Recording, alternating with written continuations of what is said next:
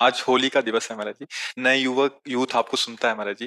तो उनके लिए कोई आपकी विशेष आज्ञा आज के उत्सव से कि आज से ही अगर जो कर रहे हैं नहीं कर रहे हैं हमारे कोई विशेष। खूब नाम जप करो, सात्विक आहार, कोई नशा मत करो।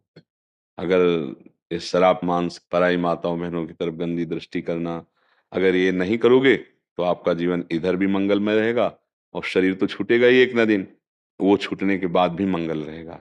इसलिए बड़े भाग्यशाली हो कि आपको श्री धाम वृंदावन में होली मनाने को श्री जी ने सौभाग्य दिया। तो ये कभी मत करना।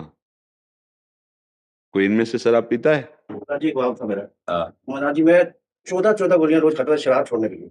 25 दिसंबर 26 दिसंबर था। आपने बोला कि आप लो नशानी आप लो। महाराज जी, कृपा ऐसी हुई है कि एक दिन मैं गया पीने।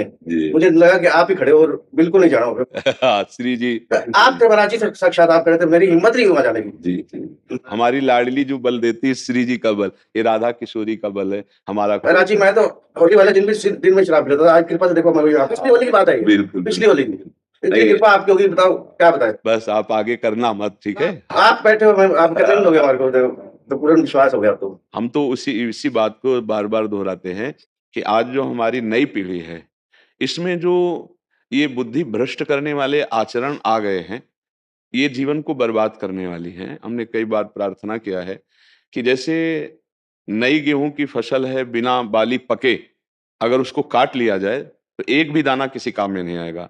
ऐसे कम से कम 20 वर्ष की अवस्था तक यदि ब्रह्मचर्य रहा जाए और फिर धर्म पूर्वक गृहस्थ को स्वीकार किया जाए तो हमारी गृहस्थी, हमारा जीवन मंगलमय होगा।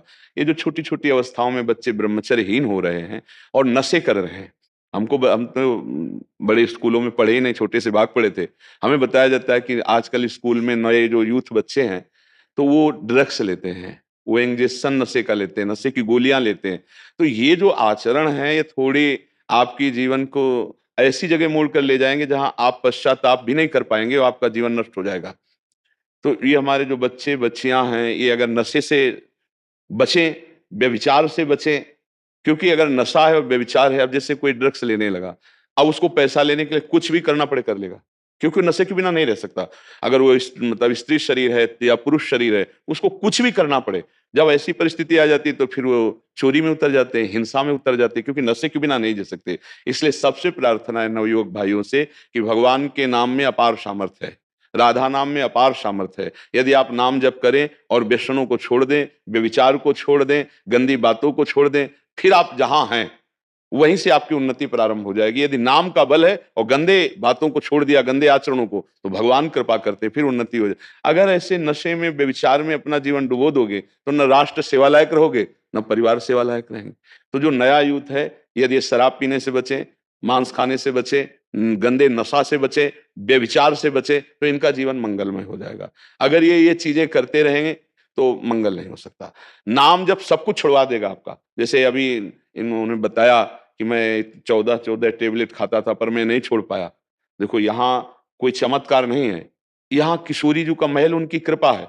अगर किसी का कुछ परिवर्तन होता है तो राधा नाम का प्रताप है, उसी से परिवर्तन होता है। यदि आप राधा नाम जप करें और हिम्मत करें तो आप गंदे से गंदे नशा को छोड़ देंगे। और अगर नशा रहित जीवन है, व्यभिचार रहित जीवन है और नाम जप कर रहे हो, तो फिर जो पदवी चाहोगे प्राप्त हो जाए। जब भगवान मिल जाते हैं तो लौकिक संपत्ति की क्या बात। इसके बिना किसी का मंगल नहीं हो सकता। चाहे जितना तुम धन कमा लो, चाहे जितना पढ़ लिख लो, यदि तुम व्यसन करते हो, व्यभिचार करते हो तो अशांत रहोगे, तुम्हारा मन सुखी नहीं रहेगा। मन नहीं सुखी तो 12 रुपया पैसा किस काम का।